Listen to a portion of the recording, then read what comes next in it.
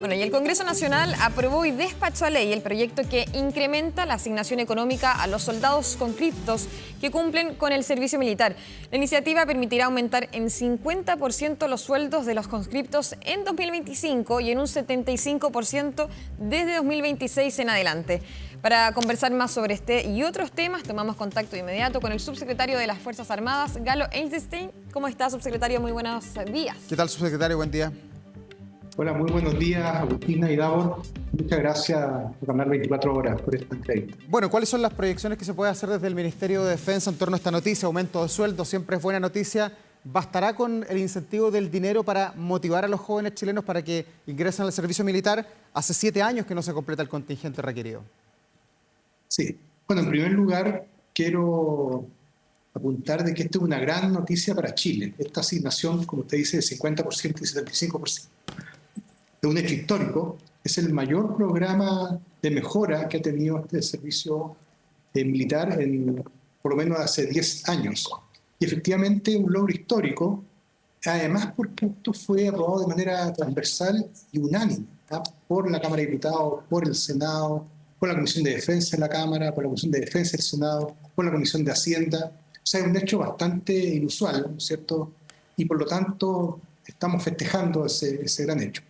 Efectivamente, esto no es solo esta medida la que se ha tomado, contestando su pregunta.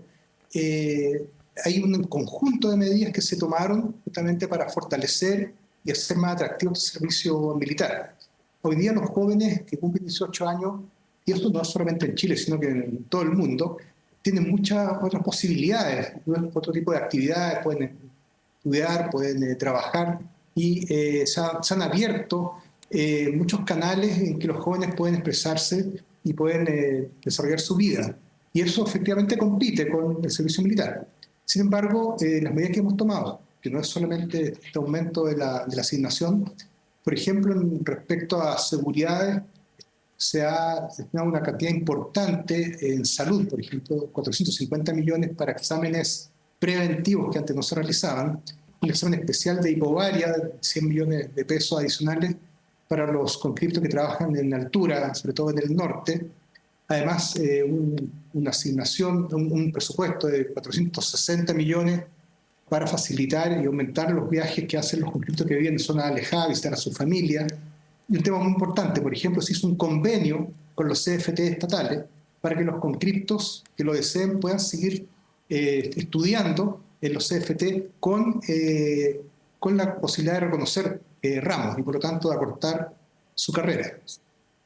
Sí, efectivamente se están tomando estas medidas adicionales para justamente hacer más atractivo este servicio militar.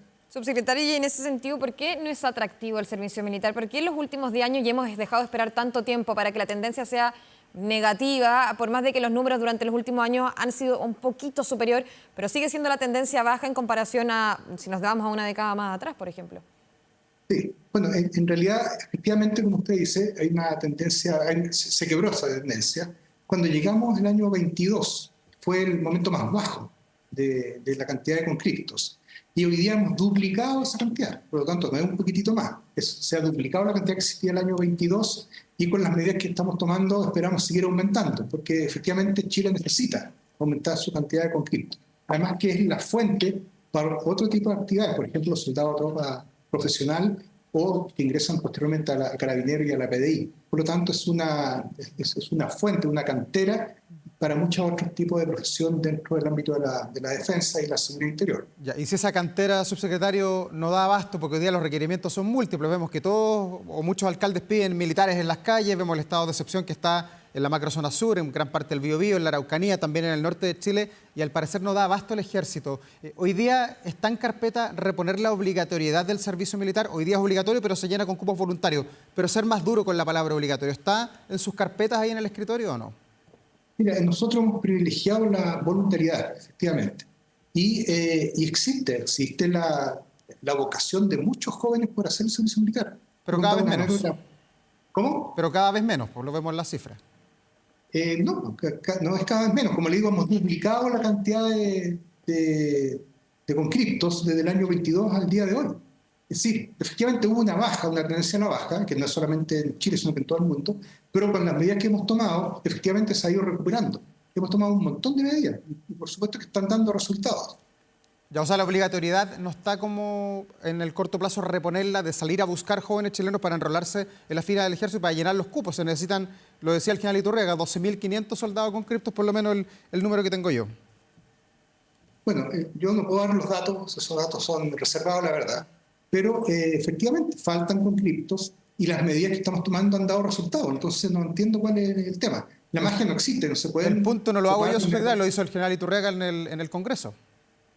¿Cómo? El punto lo hizo el propio comandante en jefe en el Congreso de que no tenía tantos conscriptos como Chile necesita. Efectivamente, sí, eso es verdad, y por eso hemos ido subiéndolo a la conscripción. Sí, es verdad. Lo que pasa es que no se soluciona en un día este tema. Es un proceso en el cual ha sido exitoso y hemos estado aumentando la cantidad de conscriptos. Subsecretario, y de acuerdo a este año que vivió las Fuerzas Armadas, sin duda no ha sido un año sencillo, sobre todo respecto a esta fatídica marcha en Putre, el caso conscripto, el caso de Franco Vargas. ¿Cómo ha afectado estas situaciones también respecto a este año precisamente, tanto a la institución, pero también a la cantidad de personas o jóvenes que han querido ingresar a las Fuerzas Armadas? Bueno, estamos en plena campaña de reclutamiento, así que eso lo vamos a ver en marzo, abril, digamos, cuando termine la campaña, pero hasta ahora no hemos visto una baja en el interés. No ha existido. Además, hemos tomado una medida muy importante, que es aumentar la base de selección. Normalmente, los jóvenes que cumplen 18 años, en este caso el año 25, son los que están llamados los jóvenes varones, ¿no?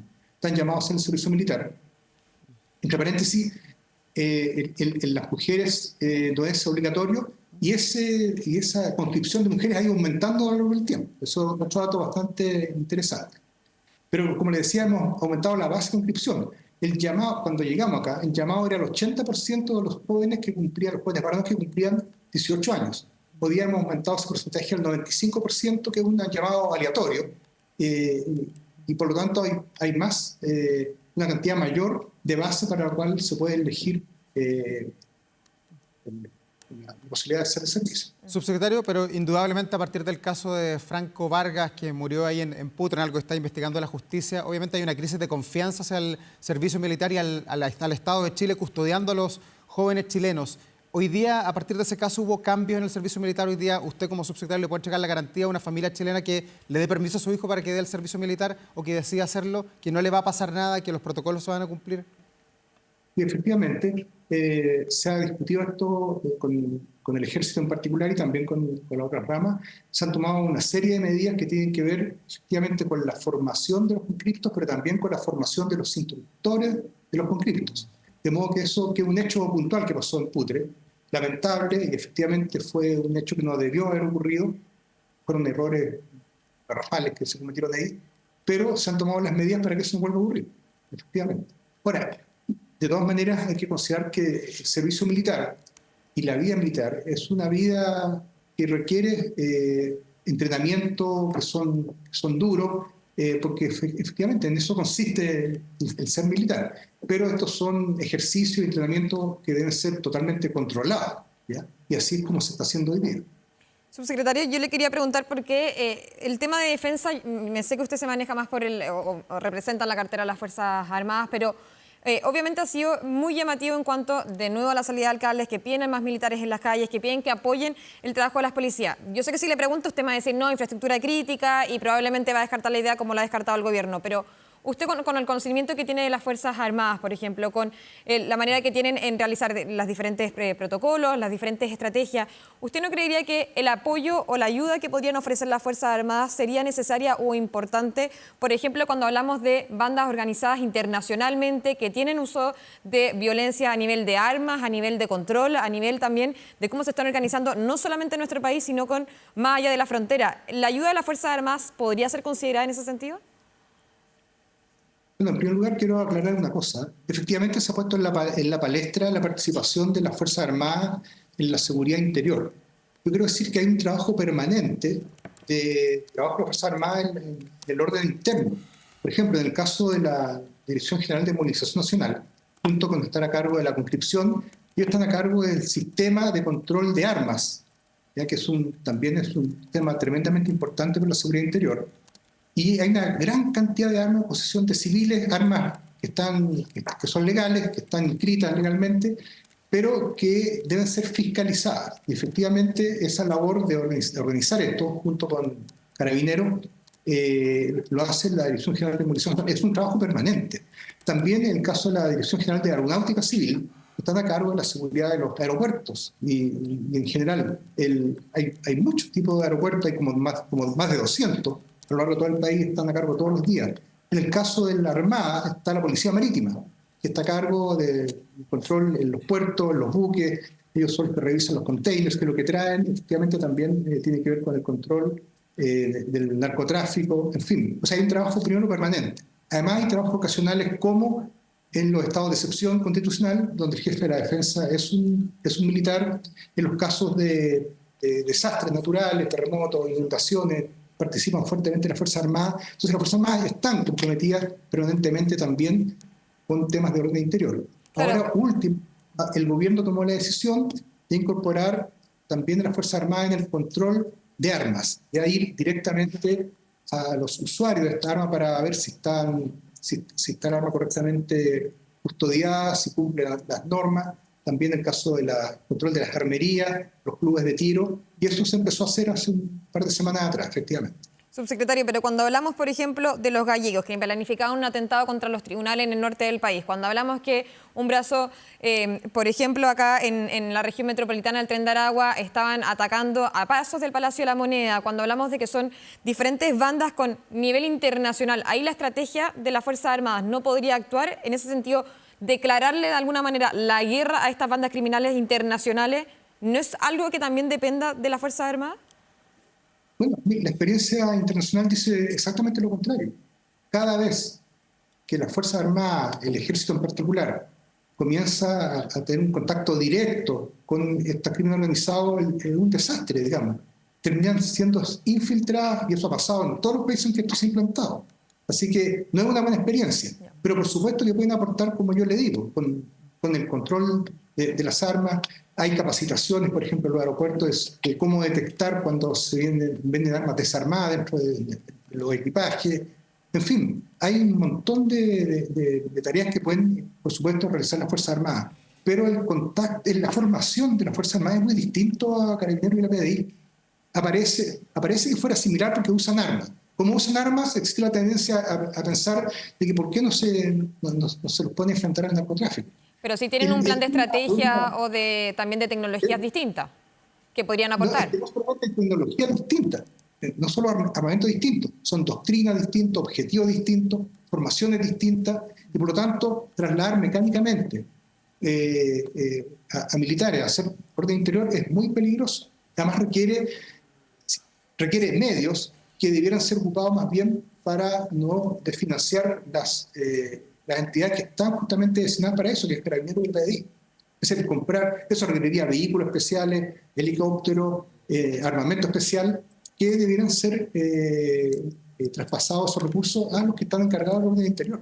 Ya, pero a partir de la eventual desescalada, subsecretario, de los militares en la macrozona sur, veíamos que estuvo la ministra Tobá hace pocos días en ese lugar, o sea que se han reducido en un 60% los atentados y que podría eventualmente iniciarse el proceso de salida de los militares que ya llevan años en la zona sur del país. ¿Esos mismos militares no podrían estar custodiando algunos lugares de Santiago, por ejemplo, el barrio Meix, lugares de alta aglomeración de público en fechas especiales? ¿Cuál es el problema con aquello? ¿Cómo le digo, digamos? Ya leí la explicación. Es tremendamente peligroso que los militares tomen contacto directo con la ciudadanía, ¿ya? Porque su entrenamiento es distinto. Efectivamente, ellos están capacitados para otro tipo de cosas. Y al sacarlo, además, a seguridad interior, dejan de realizar la labor que sí tienen que realizar todos los días, que es entrenamiento, que es manejar aviones, manejar buques, capacitar a su personal, etc. Subsecretario, yo quiero volver al tema del conscripto Franco Vargas, sobre lo que ocurrió también ahí en Putre con esta fatídica marcha. ¿En qué van también lo que tiene que ver sobre todo con los sumarios internos? ¿Cuántos y quiénes serían principalmente aquellos que pasarían a retiro absoluto? Porque claro, cuando ocurrieron estos hechos, ya inmediatamente durante esa semana se comunicaron algunos, pero la propia madre de Franco, Rumi Vargas, ha dicho que quienes, por ejemplo, llevaban esta marcha siguen dentro del ejército. Sí, bueno, como usted sabe, te lo he dicho, están los sumarios en marcha, no han finalizado, todos, algunos sí, y también está en la justicia todos estos hechos. Estamos esperando justamente que tomen las resoluciones que correspondan. Eso ya no escapa a nuestra posibilidad. Pero el sumario que están haciendo dentro de las Fuerzas Armadas va a depender también de la justicia, o me imagino que va en paralelo. Sí, van paralelo, algunos han terminado, pero otros no, sí están en curso todavía. O sea, sobre cuándo podrían existir nuevas salidas o retiro absoluto todavía no hay tiempo, no hay plazo. Yo por lo menos no lo manejo eso. Sí. Ya, subsecretario, y a partir del caso Putre, de todo lo que ha pasado más en la famosa comisión del Congreso, donde el general Iturriaga reclamó que no había financiamiento, usted sabe que en el mundo castrense son muy importantes los gestos y hemos visto que, por ejemplo, este año el alto mando del Ejército se demoró un mes en aprobarse, a diferencia de la Fuerza Aérea que se aprobó el 15 de octubre, el del Ejército el 15 de noviembre. Vimos esta última semana que el presidente Boric asistió a la licenciatura de la Escuela de Aviación y la Escuela Naval, pero no estuvo en la Escuela Militar con los futuros militares. ¿Hay una fricción evidente entre el gobierno y el Ejército, particularmente con el general Iturriaga, o no? ¿Sí? ¿No? O sea, bueno, hay varias preguntas que usted hizo. En primer lugar, respecto al financiamiento, se ha creado una polémica bastante artificial respecto a que no se estarían financiando capacidades de la Fuerza Armada. Eso no es así. Se han financiado todas las capacidades que corresponden desde el año 22 en adelante y por lo tanto no hay ningún tipo de financiamiento respecto a la capacidad estratégica. Hay una fuente de financiamiento que es el presupuesto regular, que es la ley de presupuesto, que los parlamentarios saben, lo discuten todos los años y es un presupuesto de continuidad y por lo tanto eso asegura el funcionamiento de las Fuerzas Armadas, de las tres ramas, y son 16 instituciones en total dentro de la defensa, y eso los parlamentarios saben que eso está financiado. Además está el financiamiento de las capacidades estratégicas, que ya es un tema más reservado, pero eso también está totalmente financiado, ha sido financiado en estos 3 años, está financiado para el próximo año también. Por lo tanto, es una polémica relativamente, o sea, no relativamente, una polémica que no corresponde. Y respecto a su pregunta, la verdad es que no puedo responderla yo, digamos, porque el presidente no asistió a un evento. Hay muchos eventos que el presidente no ha asistido, no puede replicarse muchas veces. Pero digamos. aquí se entrega la medalla de Presidente de la República al mejor alumno de la promoción. Es bien extraño en la historia de Chile que no asista el Presidente de la República a esta ceremonia. Por eso le hago el punto, porque además ha hecho ruido en los círculos castrenses. ¿Hay una fricción entre el gobierno, entre el presidente Boric y el general Iturriaga, o no? La verdad es que no es extraño. Si muchas veces los presidentes no asisten a todas las invitaciones que han hecho las Fuerzas Armadas. Subsecretario Galo Elstein, de las Fuerzas Armadas, muchas gracias por su tiempo y por tomar contacto con nosotros. Que tenga un buen día. Para terminar, quería plantear que estamos en pleno proceso de reclutamiento, Sí. y por lo tanto hago un llamado a los jóvenes que se interesen por el servicio militar, por supuesto que vayan y se presenten para poder hacer su servicio militar. ¿Verdad? Tienen todo enero para poder hacerlo. Gracias, subsecretario. Que esté muy bien, que tenga una buena jornada. Muchas gracias a ustedes. Hasta luego. Buen día.